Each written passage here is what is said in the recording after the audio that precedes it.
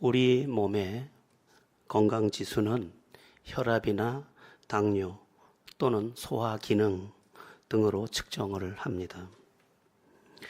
그럼 우리의 영적 건강지수는 무엇으로 판단할 수 있을까? 영적 생명도 생명이기 때문에 건강하냐 건강하지 않느냐가 분명히 있을 텐데, 그러면 그 건강지수를 무엇으로 측정해낼 수 있겠느냐는 것입니다. 많은 것으로 측정할 수 있겠지만 몇 가지만 말씀드리면, 첫 번째는 본질적인 것인데 그 믿음으로 측정할 수 있습니다. 영적으로 건강한 사람은 내 안에 내게 믿음이 있다는 것을 압니다. 똑같이 교회에 나와 있어도 내 안에 주님이 계신 것을 아는 사람과 계시는 것이 인정되지 않는 경우가 있습니다. 자기 안에 주님이 계신 것을 알고 또 자기 안에 믿음의 증거가 있는 사람은 모든 상황을 대처하는 게 다릅니다. 믿음이 자기 안에 있는 사람은 환난이 왔을 때도 그 환난을 믿음으로 대처합니다. 그게 다릅니다. 많은 사람들이 환난이 닥치면 신음을 하지만 건강한 믿음의 사람은 환난이 오면 매달려 기도를 합니다. 그리고 건강하지 않은 신앙인은 환난이 오면 자꾸만 위축되지만, 건강한 신앙인은 환난이 오면 더 순결해집니다. 그의 아름다움이 더 빛나기 시작합니다. 밤이 깊으면 별빛이 더 찬란한 것처럼 그 안에 있던 믿음이 그의 삶에 찬란한 빛으로 떠오르기 시작하는 것입니다. 사람이기 때문에 그가 믿음이 있어도 환난의 그 시간 속에 신음은 누구나 합니다. 자기의 힘보다 큰 상황이 몰려와서 짓누를 때 신음하지 않을 수 있는 사람은 존재하지 않습니다. 누구나 신음합니다. 너무 힘들어. 누구나 힘들어합니다. 그런데 건강한 믿음의 사람은 대처하는 게 다릅니다. 어떻게 대처하느냐? 자기 안에 있는 믿음을 끄집어냅니다. 그리고 끄집어낸 그 믿음을 가지고 줄을 더 강하게 붙들고 온전히 붙잡습니다. 그리고 믿음의 승부를 내버립니다. 그러면서 자기 안에 있던 불순물과 찌끼들도 다 토해냅니다. 그러면서 또 한 단계의 영적 성숙을 가져옵니다. 이런 사람이 건강한 사람입니다. 그러니까 영적으로 건강하다는 것은 평시에는 잘 모릅니다. 영적으로 건강한 사람과 건강하지 않은 사람 섞어놓으면 똑같습니다. 그런데 환난의 바람이 휩쓸고 갈 때 그것을 대처하는 것을 보면 그 사람이 건강한 믿음의 사람이었는지 그냥 종교적 신앙의 사람이었는지를 분별해낼 수 있는 것입니다.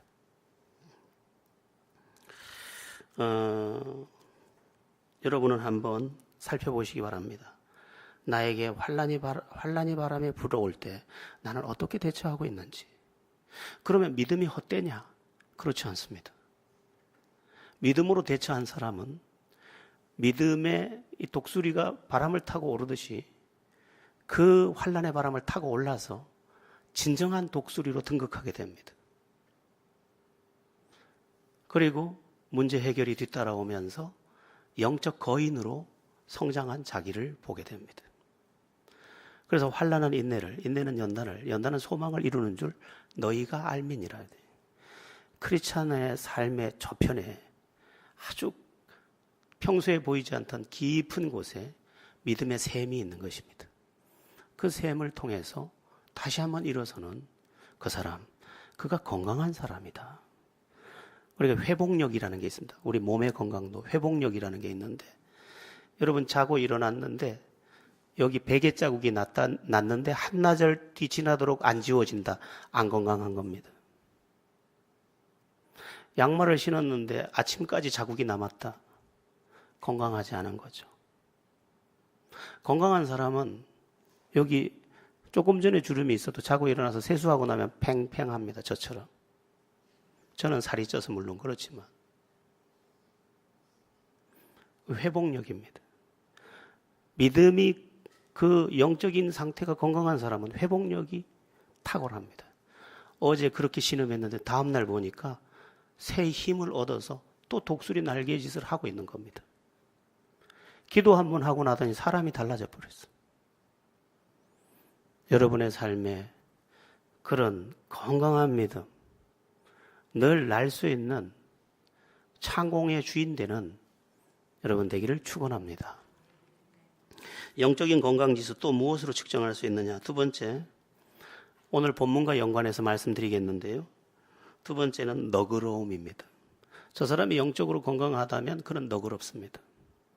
은혜는 그를 너그럽게 하거든요. 제가 예전에 춘천에 성경 공부를 하러 갔다가 비가 많이 오는 날이었어요. 차를 새 차로 뺀 지 3일 되는 날이었습니다. 사거리에서 신호를 대기하고 있는데 뒤에 와서 누가 차를 쳤습니다. 차 뺀 지 3일 지났을 때 차에 대한 그 신경 다 아시죠? 꽝 하고 박혔습니다. 깜짝 놀라서 뒤에 가보니까 차가 멀쩡했습니다. 정면으로 받쳐서. 그래서 조금 전에 성경 공부하면서 은혜 받고 와서 내 상태가 너무 좋으니까 아우 괜찮아요. 안 놀라셨어요? 보내줬습니다. 3개월 있다가 트렁크를 열려고 하면 트렁크가 안 열리더라고요. 자, 우리 함께 13절, 14절을 같이 합독해 보겠습니다. 13절, 14절입니다. 시작. 누가 누구에게 불만이 있거든 서로 용납하여 피차 용서하되 주께서 너희를 용서하신 것 같이 너희도 그리하고 이 모든 것 위에 사랑을 더하라. 이는 온전하게 매는 띠니라. 아멘. 영적으로 건강한 사람은 너그럽다는 겁니다. 자꾸 너그럽습니다. 모든 게 이해가 됩니다. 나는 당신이 이해가 안 돼. 왜 이해가 안 될까요? 내가 건강하지 않아서 그렇습니다. 아이들이 왜 싸웁니까? 둘 다 사탕이 가득 있으면 사탕 가지고 안 싸웁니다. 사탕이 하나밖에 없어서 싸우는 겁니다. 내게 은혜가 작고 은혜가 요만큼밖에 없으면 늘 싸우게 되는 것입니다. 그런데 중요한 게 있습니다. 그게 뭐냐면 너그러우면 내가 모든 것을 누리고 예민하면 모든 것을 뺏긴다는 것입니다.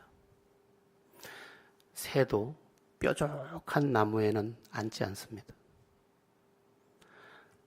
이것은 새 이야기가 아니라 우리의 인생 이야기입니다. 내가 너그러워야 행복이라는 것이 내 곁에 와서 같이 잠자리를 합니다. 평안도 와요. 좋은 사람도 와요. 내가 너그러운 만큼 나의 삶의 지경은 한없이 넓어지는 겁니다. 그런데 왜 너그럽지 않습니까? 내 안에 은혜의 샘이 말라서 내 안에 생수의 강이 흐르지 않기 때문에. 여러분, 병원에 가서 몸이 몹시 아픈 사람에게 무슨 질문을 하시면 안 됩니다. 이리 가면 어디로 가냐면 욕 먹습니다. 왜냐하면 그들은 몸이 지금 아프기 때문에 예민하거든요. 우리가 예민한 것은 다른 이유 때문이 아닙니다. 영적으로 건강하지 않기 때문에 이런저런 게 다 예민한 겁니다. 영적으로 건강하면 뭐가 문제인데? 네. 아무것도 문제 안 됩니다. 어떤 엄마가 기쁜 일이 있어서 집에 들어왔는데 아들이 잘못해가지고 도자기를 깼는데 밖에서 하도 기뻐가지고 괜찮아 다시 사면 돼 이랬대. 어제 깼으면 맞아 죽었는데.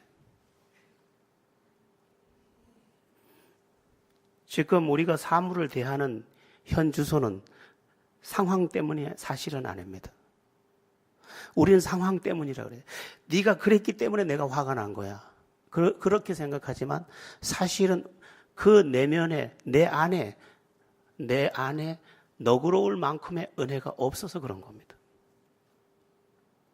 은혜가 오면 자꾸만 넓어집니다. 이해가 안 되는 게 아무것도 없어요. 다 이해가 돼요. 애들이 뻗고 다니는 것도 이해가 되고 다 이해가 되는데 내 안에 은혜가 바닥나면 이해는 사라지고 오해가 오는 것이에요. 여러분의 삶이 보다 너그러워지기를, 그래서 행복도 깃들고 평안도 깃들고 좋은 사람들도 깃드는 그런 은혜를 누리기를 축원합니다. 우리의 영적 건강 지수 또 무엇으로 체크할 수 있을까? 15절 전반부가 말씀하고 있는데 그리스도의 평강이 너희 마음을 주장하게 하라. 내 안에 평안이 있느냐 없느냐로 내 영적 건강을 측정할 수 있다는 것입니다. 하나님의 은혜는 무엇을 불러다 주냐 하면 샬롬, 평안을 불러옵니다. 이게 이제 신약으로 가면 샬롬이 에이레네라는 단어로 헬라 언어로 바뀝니다. 이것도 평안입니다. 근데 샬롬 에이레네라는 이 평안이라는 단어는 신비하게도 조건을 초월한 평안이라는 뜻을 갖고 있습니다. 그러니까 네가 이렇기 때문에 평안하지 못하다면 네 평안은 하나님에게서 온 평안은 아니라는 것입니다. 우리는 조건을 가지고 평안을 누리는데 하나님의 은혜는 조건을 초월해요. 아버지가 세상을 떠나는데 아들이 그 임종하는 아버지 곁에 와서 이렇게 말합니다. 샬롬. 아버지, 지금 돌아가셔도 샬롬. 왜냐하면 하나님의 평안이 아버지에게 있으니까. 이게 이 평화가 우리 안에 얼만큼 있느냐에 따라서 우리의 영적인 상태가 건강하냐 건강하지 않느냐를 측정할 수 있다는 것입니다. 그런데 매우 중요한 게 한 가지 있습니다. 뭐냐 하면 내가 평안해야 내 곁이 다 평안하다는 것입니다. 앞에 너그러움이라는 말과 많이 통하는 부분도 있는데 어떤 사람은 참 평안합니다. 그래서 옆을 평안하게 합니다. 그러면서 나와 너의 평화 그리고 우리의 평화를 누립니다. 근데 어떤 사람은 늘 불안합니다. 그래서 그 불안은 곁에 있는 사람까지 불안하게 하면서 같이 불안해집니다. 안식이 없는 삶을 자꾸 사는 것입니다. 평화로운 사람, 내 영이 평안한 상태, 요동하지 않는 상태, 이게 건강한 상태인 거죠. 영적으로. 막 어쩔 줄 모르고 노심초사하고 이것은 건강하지 않다. 지금 영적으로 내가 건강하지 않다. 문제가 있다는 것이죠. 그래서 우리 바울 서신을 보면 꼭 그 서신 서두에 쓰는 인사말이 있는데 은혜와 평강이 너희에게 있을지어다. 은혜와 평강을 꼭 빌어줍니다. 근데 이 순서가 바뀌면 사실 안 됩니다. 평강과 은혜가 이러면 안 됩니다. 왜냐하면 은혜가 와야 평강이 오는 거니까. 여러분에게 은혜로 말미암은 평강이 있어서 내가 평안해, 내가 고요해. 그래서 내 곁을 고요하게 해. 그 고요 속에 내가 고요해. 어떤 사람은 자기 둥지를 헤집고 어떤 사람은 자기 둥지를 평안하게 가꾸어내는 것입니다. 이 마음에 있는 게 보이지도 않는데 이 마음에 있는 평안, 불안, 이게 마치 어떤 전파처럼 사방에 영향을 미치면서 그것을 고스란히 내가 되돌려 받는 것입니다. 어떤 사람을 대해보면 참 평안합니다. 언제 만나도 평안합니다. 왜냐하면 그 안에 평화가 깃들어 있기 때문에 그런 것입니다. 참 그 사람과 만나면 그냥 평안해. 그냥 아무것도 안 해도 평안해. 그 사람이 평안을 갖고 있어서 그래요. 그 평안은 전이가 되고 전이 된 평안은 순환을 일으키게 되는 것입니다. 여러분의 삶이 영적으로 건강해서 그런 평안을 누리고 나누고 또 그 평안 안에서 안식할 수 있게 되기를 축원합니다. 자, 우리의 건강, 영적 건강 지수 또 무엇으로 측정할 수 있을까? 오늘의 주제가 되는 감사로 측정할 수 있습니다. 우리 다 함께 오늘 본문 16절, 17절을 합독해 보겠습니다. 16절, 17절입니다. 그리스도의 말씀이 너희 속에 풍성히 거하여 모든 지혜로 피차 가르치며 권면하고 시와 찬송과 신령한 노래를 부르며 감사하는 마음으로 하나님을 찬양하고 또 무엇을 하든지 말에나 일에나 다 주 예수의 이름으로 하고 그를 힘입어 하나님 아버지께 감사하라. 아멘.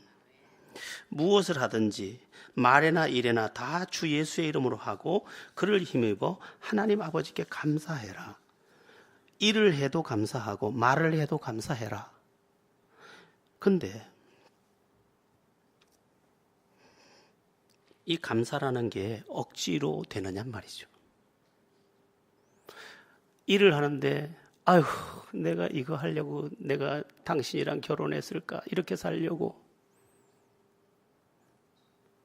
감사라는 것은 저절로 나올 수 있는 게 아니잖아요. 일을 해도 신음소리 내고 원망하고 말을 해도 신음소리를 내고 원망하고 말에나 일에나 감사하는 자가 되라고 하는데 말을 하든 일을 하든 무엇을 하든 감사가 나올 수 있도록 내 안에 장치되어 있지 않으면 감사는 흐르지 않게 되어 있다는 것이죠. 감사는 아무나 하는 게 아닙니다. 내 안에 감사의 샘이 터져야 감사가 흐르는 거죠. 감사해야 돼, 감사해야 돼. 억지로라도 감사하면 하나님이 은혜 주신대. 그것도 나쁜 말은 아니에요. 그러나 그걸 며칠이나 하겠어요. 우리가 영적으로 진짜 건강하면 감사의 샘이 터져서 나오게 되어 있다니까요. 저는 주일마다 이제 아침에 나와서 토요일 날 못다 한 것들을 좀 정리하고 집에 들어가기를 이제 한 8시 반쯤에 들어가서 다시 씻고 이러고 나옵니다. 근데 오늘 비가 온다고 했잖아요. 근데 창 너머로 햇살이 쫙 비춰오는 거예요. 그게 내 마음에 하나님 참 감사해요. 우리 성도들 마른 땅 마른 땅 밟고 올 수 있게 해주셔서 그 저쪽 하늘을 보니까 확 벗겨지더라고요. 하나님 감사해요. 어디 그뿐일까? 아침 바람이 감사하고 환하게 웃는 성도들을 보게 해주시니 감사하고. 근데 그게 감사하지 않으면 감사할 수 없잖아요. 감사해야 감사하는 거잖아요. 무엇을 하든지 일이든지 말이든지 감사가 터져 나와야 되는 거지. 여러분 생각해 보세요. 마음에서 원망이 나오는데 어떻게? 그 사람 보기만 하면 싫은데 어떻게? 미운데 어떻게? 일하기 싫어 죽겠는데 어떻게?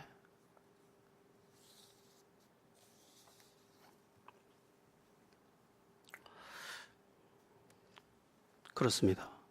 억지로 되는 게 아니에요. 근데 어떻게 하면 내 안에서 감사의 샘이 터질까? 크게 두 가지가 있는데요. 하나는 성령이 충만하면 감사가 터집니다. 성령이 충만해지니까요. 그게 바울을 감옥에 갖다 가뒀는데 억울하게 갇혔습니다. 억울하게 갇혔는데도 감사하고 찬송을 합니다. 그랬더니 옥문이 열렸다. 그렇게 나와 있죠. 그러니까 다윗의 상황은 감사할 상황이 아닌데 성령 충만하니까 감사가 나왔고 그 감사가 기적을 이루었다. 이렇게 되어 있는 거죠. 다윗의 인생도 보면요. 말에나 일에나 항상 감사가 넘쳤습니다. 그러나 다윗의 생애는 그렇게 감사할 만한 이유가 많지 않았어요. 한번 들어볼까요? 억울한 일이 더 많았어요. 그는 소년일 때 블레셋과 이스라엘이 전쟁할 때 골리앗과 목숨 걸고 싸워서 골리앗을 물리쳤습니다. 그래서 사울 왕의 병기 잡는 자가 됐고 그 이후에는 군대 장관으로 발탁이 됐습니다. 그래서 또 블레셋을 많이 물리쳤어요. 그런데 사울 왕과 다윗이 군대 전쟁에 나갔다 돌아오는 길에 사람들이 노래를 합니다. 다윗은 만만이요 사울은 천천히라. 다윗이 더 크게 승리를 만드는 주인공이라고 사람들이 노래하는 걸 보고 다윗이 왕 되면 내가 저 다윗 때문에 내가 왕에게서 쫓겨나겠네. 저 다윗을 죽여야겠구나. 그날부터 다윗을 죽이기로 결심합니다. 그 다윗을 죽이기로 결심하자마자 악신이 그 안에 들어가면서 악령이 이 사울을 붙잡고 계속 다윗을 죽일 계획만 세우게 합니다. 다윗은 그때부터 매일매일 죽을 위기와 쫓겨다니는 삶을 피하지 못합니다. 다윗의 그 시편에 나오는 거 보면 매일 숨고 피하고 하나님을 고백하되 여호와는 나의 산성, 나의 피난처, 나의 요새시니, 그 말은 무슨 말이냐면 주님이 막아주셔야 나는 지켜집니다. 주님의 은혜가 아니면 나는 나를 지킬 수도 없습니다. 그 고백을 계속하고 있는 거죠. 그러나 자기 안에 뭐가 있었습니까? 하나님의 은혜가 있다 보니까 그 은혜로 계속해서 감사할 수 있었습니다. 다윗의 노래는요, 정말 극한 상황에서의 찬양이었고 감사의 고백이었습니다. 그러므로 그의 삶이 그렇게 하나님의 은혜로 충만했던 것입니다. 여러분, 오늘은 맥주감사주일입니다. 이 맥주감사절에 대한 오해가 아주 많아요. 오늘 감사하게도 우리 김재경 집사님이 맥주감사절에 대한 기도를 잘 해주셨어요. 혹시 틀리면 어떨까 걱정했어요. 이 맥주감사절에 대해서 인터넷에 떠도는 거 보고 맥주감사절은 이런 것이다 이렇게 하면 안 됩니다. 거기 인터넷에 이렇게 올리는 사람들은 다른 사람 거 퍼다가 또 올려놓고 퍼다가 올려놓고 이렇기 때문에 퍼다 놓은 거니까 틀린 게 많아요. 특히 맥주감사절에 대해서는 너무 틀린 게 많아요. 오해가 많아요. 그 맥주감사절이라는 절기는 뭐냐면 추수감사절을 미국에서 정했잖아요. 청교도들이 미국으로 건너가서 이제 첫 추수를 해서 그 양식을 먹게 될 때 그것에 감사해서 추수감사절을 정해서 절기로 지켰던 것처럼 우리나라의 맥주감사절의 절기는 보릿고개를 넘어서 이제 보리를 거두어서 첫 열매로 이제 여기 그 보릿고개라는 죽을 것 같은 시간을 지나서 첫 보리라는 수확을 해서 양식을 먹게 해준 것에 감사해서 드린 절기가 맥주감사주일입니다. 그러니까 미국이 제정한 추수감사절이 있다면 한국이 제정한 절기 맥주감사절이 있는 거예요. 그러면 지금은 농경사회가 아닌데 뭘 가지고 감사할까요? 조금 전에 우리 김재경 집사님이 기도한 것처럼 지난 반년 동안 은혜 베푸신 하나님께 감사하고 앞으로 남은 반년 동안 하나님의 은혜로 승리할 수 있게 해달라고 감사로 또 감사의 문, 또 우리가 알지 못하는 미래라는 시간에 감사의 키를 주님 손에 올려드리는 것입니다. 사람들이 상식적으로 많이 안다고 생각하는데 많이 모르는 게 많아요. 정확한 것을 알고 있어야 됩니다. 예배에 대해서도 정확하게 알고 있어야 해요. 잘 모르고 있어요. 제가 부전공이 예배학이었어요. 예배학에 굉장히 관심이 많았어요. 예배도 뭔지 잘 몰라요, 사람들이. 나중에 기회가 되면 더 말씀드리기로 하고요. 자, 그러니까 죽을 것 같던 그 시간을 지나서 양식을 받아든 것에 대한 감사. 여러분, 심었다고 다 거두는 게 아니잖아요. 심어도 때 맞춰서 비를 내려야 하고 햇빛을 주셔야 하고 바람을 주셔야 거두니까 이것을 먹게 하신 하나님께 감사를 드리자. 그래서 그 농경사회에 그 아주 질곡의 시간을 지나서 감사를 드렸던 그 고백이 오늘 우리에게 계승되어 온 것입니다.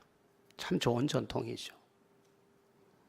어쨌든 우리는 감사할 이유가 많이 있는데 질문은 이것입니다. 우리는 과연 감사하고 있을까 하는 것이죠. 한번 여러분 찾아보세요. 나중에 내 안에 감사가 있을까 아니면 원망이 있을까? 내 안에 감사가 흐를까 아니면 원망이 흐를까?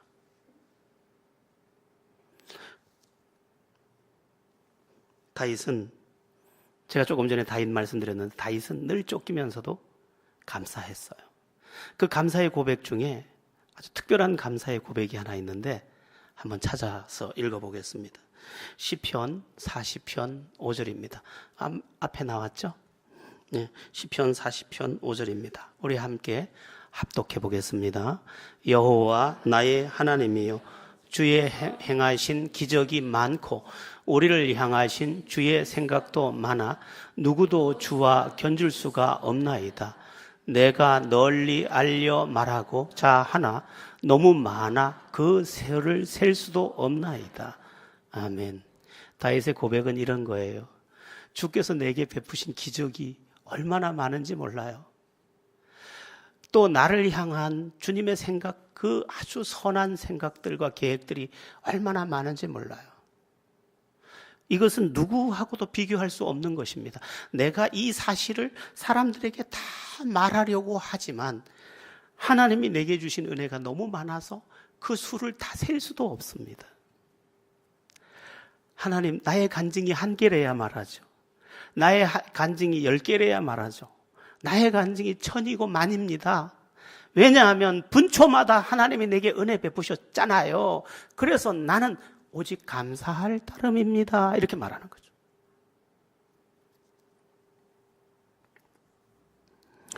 그러니까 이것은 바로 우리가 드려야 할 신앙의 고백이기도 합니다. 하나님의 은혜가 내게 있습니다.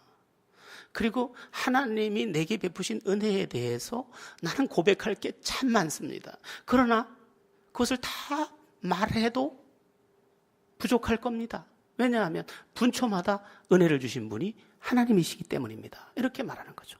여러분, 이것은 이야기가 아닙니다. 자고 깨고 눕고 또 일하고 또 만나고 또 생각하고 또 무언가를 도모하는 중에도 하나님은 단 한순간도 나의 손을 놓지 않은 것을 참 크리스찬은 알고 있습니다. 이것은 이야기가 아니라니까요. 이것을 어떻게 설명해 줄까? 아니, 우리 중에 지금 80%는 알고 있잖아요. 주님요, 이 손을 꼭 잡고 가소서. 주님이 한순간도 놓지 않은 손이 나의 손이고 여러분의 손이 아니겠어요? 그것을 알고 있는 나는 건강한 거라는 거죠. 그래서 그것을 알고 있는 내 안에서 감사가 흐르고 있는 나는 영적으로 살아있는 거죠. 옳으니 그르니 그게 아니에요. 내 안에 아직도 감격이 흐르는가? 만약 이 감격이 가짜라면 주님도 가짜인 거죠.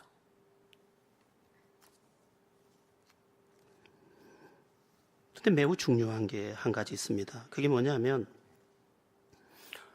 감사해서 감사한데 그 감사가 행복을 불러오더라는 것입니다. 아니, 감사해서 감사해요. 진짜 감사해서. 우리 집 옆에 능소화가 이렇게 펴 있어요. 능소화가 펴 있는데 그 능소화를 보는데 능소화가 눈이 부셔요. 왜 그럴까요? 하나님이 주신 은혜의 마음으로 보니까 꽃이 꽃보다 아름다운 거죠. 그래요. 내 안에 은혜가 오면 감사의 샘이 터지고 그 감사의 샘은 모든 것을 감사라는 렌즈를 통해서 보게 하는 역사를 부르는 것입니다. 한번 우리 따라해 보겠습니다. 감사 렌즈. 네, 감사 렌즈를 하나씩 끼워야 되는 거죠. 은혜의 눈이 내 안에 들어와야 되는 거죠. 그리고 그 감사는 행복을 부른다는 것입니다. 제자들 교회 7월의 주제를 감사 찬송으로 승리하는 달이라고 정했습니다. 맥주 감사절도 있고요 해서 정했는데 이것은 역대하 20장의 이야기입니다. 역대하 20장에 무슨 얘기가 나오냐면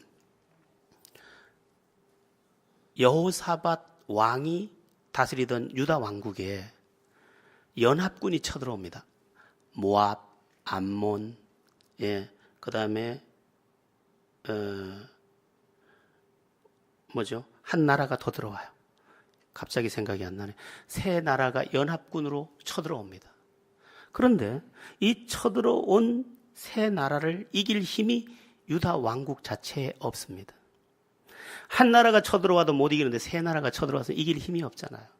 그러자 여호사밧 왕은 믿음의 사람이었습니다. 정말 신실한 믿음의 사람인데 그는 엎드려 기도하기 시작하자 백성도 엎드려 기도하기 시작합니다. 마치 인스턴 처칠이 영국이 위기에 있을 때 금식하며 기도하자 온 백성이 금식하며 기도했던 것처럼 여호사밧을 중심으로 기도하기 시작합니다. 기도하자 그 회중 가운데 성령의 임재가 나타나면서 그 중에 한 선지자 야하시엘이라는 사람에게 성령이 임하면서 야하시엘의 입을 통하여 말씀합니다.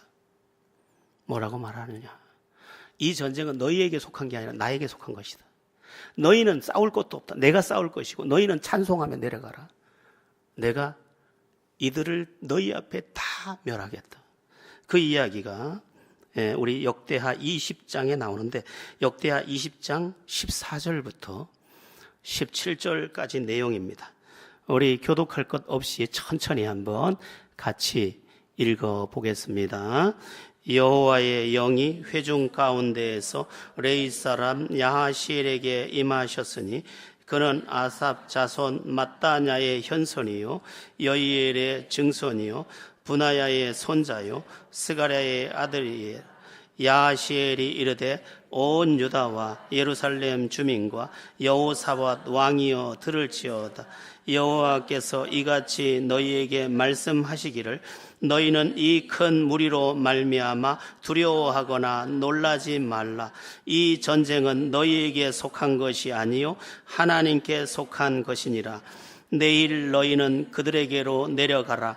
그들이 시스 고개로 올라올 때에 너희가 골짜기 어기 여루엘 들 앞에서 그들을 만나려니와 이 전쟁에는 너희가 싸울 것이 없나니 대열을 이루고 서서 너희와 함께한 여호와의 구원하는 것을 보라. 유다와 예루살렘아 너희는 두려워하지 말며 놀라지 말고 내일 그들을 맞서 나가라. 여호와가 너희와 함께하리라 하셨느니라 하매. 여호와의 영이 회중 가운데 기도하는 회중 가운데 있던 레위 사람 야하시엘에게 임해서 그 입술을 통해서 말씀하는 겁니다. 이 전쟁은 너희가 싸울 거 없다. 그러자 여호사밧은 어떻게 합니까? 역대하 20장 18절에서 23절입니다. 우리 같이 천천히 합독해 봅니다. 여호사밧이 몸을 굽혀 얼굴에 땅을 대니 온 유다와 예루살렘 주민들도 여호와 앞에 엎드려 여호와께 경배하고 그핫 자손과 고라 자손에게 속한 레위 사람들은 서서 심히 큰 소리로 이스라엘 하나님 여호와를 찬송하니라. 이에 백성들이 아침에 일찍이 일어나서 드고와 들로 나가니라. 나갈 때에 여호사밧이 서서 이르되 유다와 예루살렘 주민들아 내 말을 들을지어다. 너희는 너희 하나님 여호와를 신뢰하라. 그리하면 견고히 서리라. 그의 선지자들을 신뢰하라.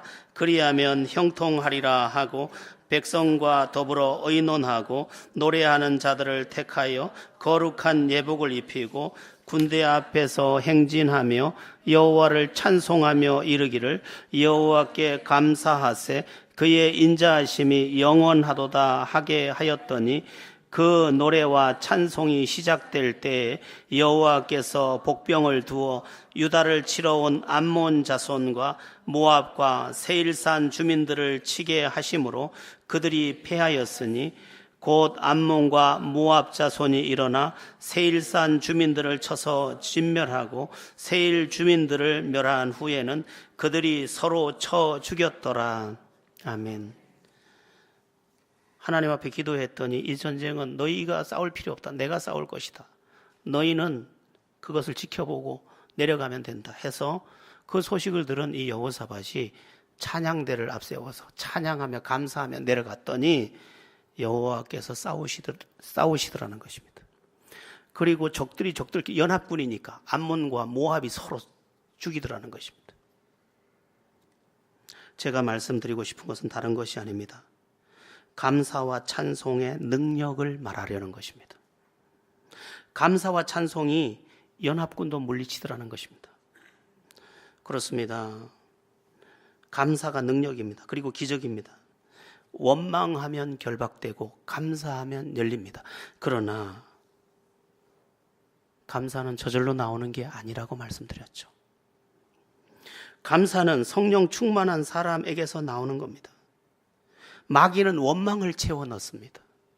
창세기부터 그랬습니다. 그래서 아담과 하와에게 찾아가서 뭐라고 합니까? 마귀가 하나님 여호와께서 동산 중앙에 있는 나무 열매를 먹지 말라 하시더냐? 불만을 집어넣는 겁니다. 아니 너희를 사랑한다 그러면서 그 이 탐스러운 열매도 못 먹게 해? 아유 하나님 너무하시네. 불평을 집어넣어 주었습니다. 왜냐하면 원망하면 그가 망할 것을 알기 때문에 망하게 하기 위해서 원망을 심어 넣어 준 겁니다. 여러분 되는 사람의 삶에는 원망이 담기지 아니하고 감사가 담기게 되어 있습니다. 그 감사가 담기면 그 감사가 하늘의 문을 열게 되어 있습니다.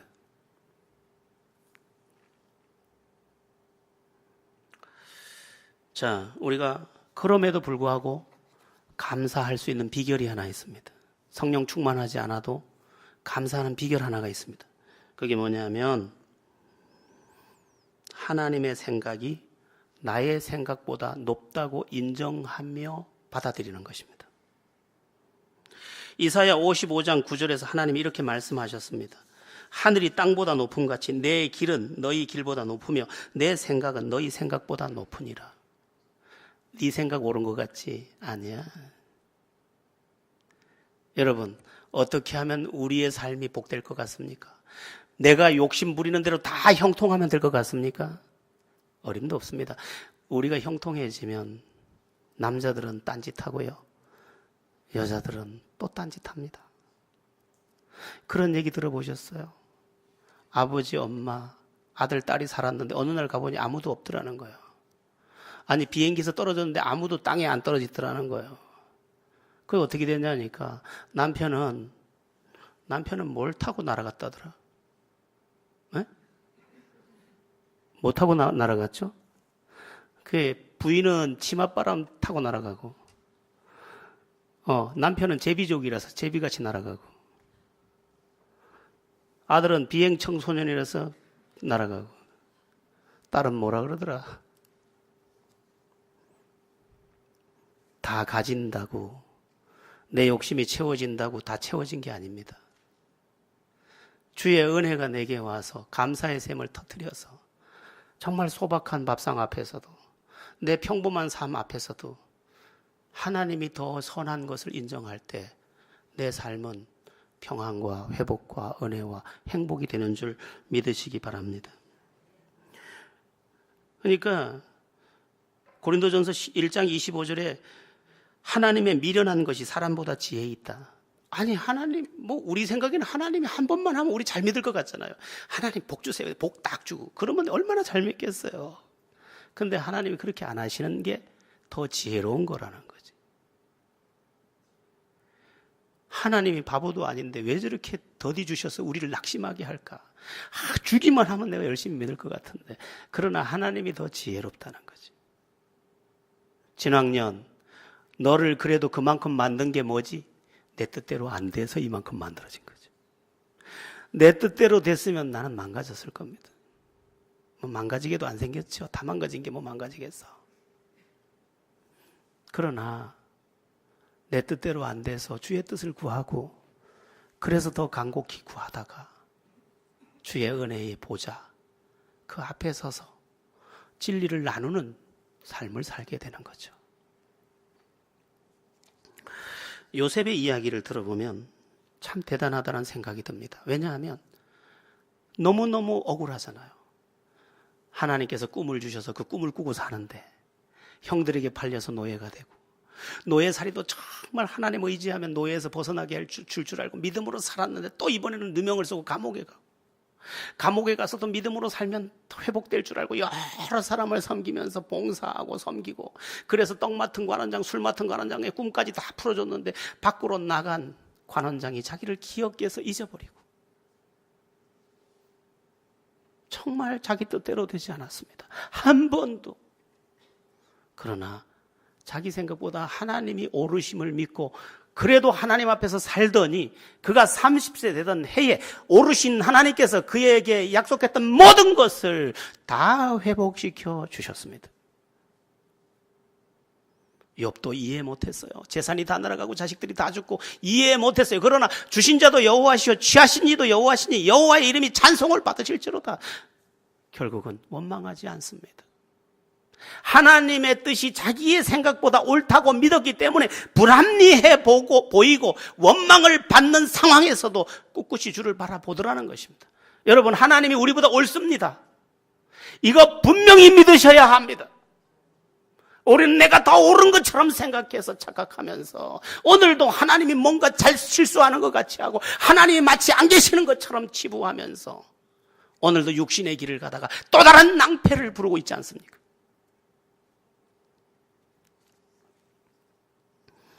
그러면 어떻습니까? 하나님이 옳으심을 인정하면 지금 이 상황에서도 감사할 수 있는 것입니다. 왜? 미래는 하나님의 시간 안에 축복으로 준비되어 있기 때문입니다. 맥주 감사주의를 맞아 마지막으로 여러분에게 묻고 싶은 질문, 그것은 여러분에게 감사가 있습니까? 입니다. 여러분, 감사하세요. 감사가 있도록 여러분의 영적 상태를 충전하세요. 그리고 하나님의 높으심과 하나님의 오르심을 인정하세요. 그러면 감사 속에 살게 되고 그 감사는 하늘문을 여는 축복의 날을 가져올 것입니다. 잘 깨닫고 이 전반기 잘 마무리하셨으니까 이제 남은 7월부터의 12월까지의 여정, 하나님의 은혜로 충만하기를 예수 이름으로 축원합니다. 기도하겠습니다.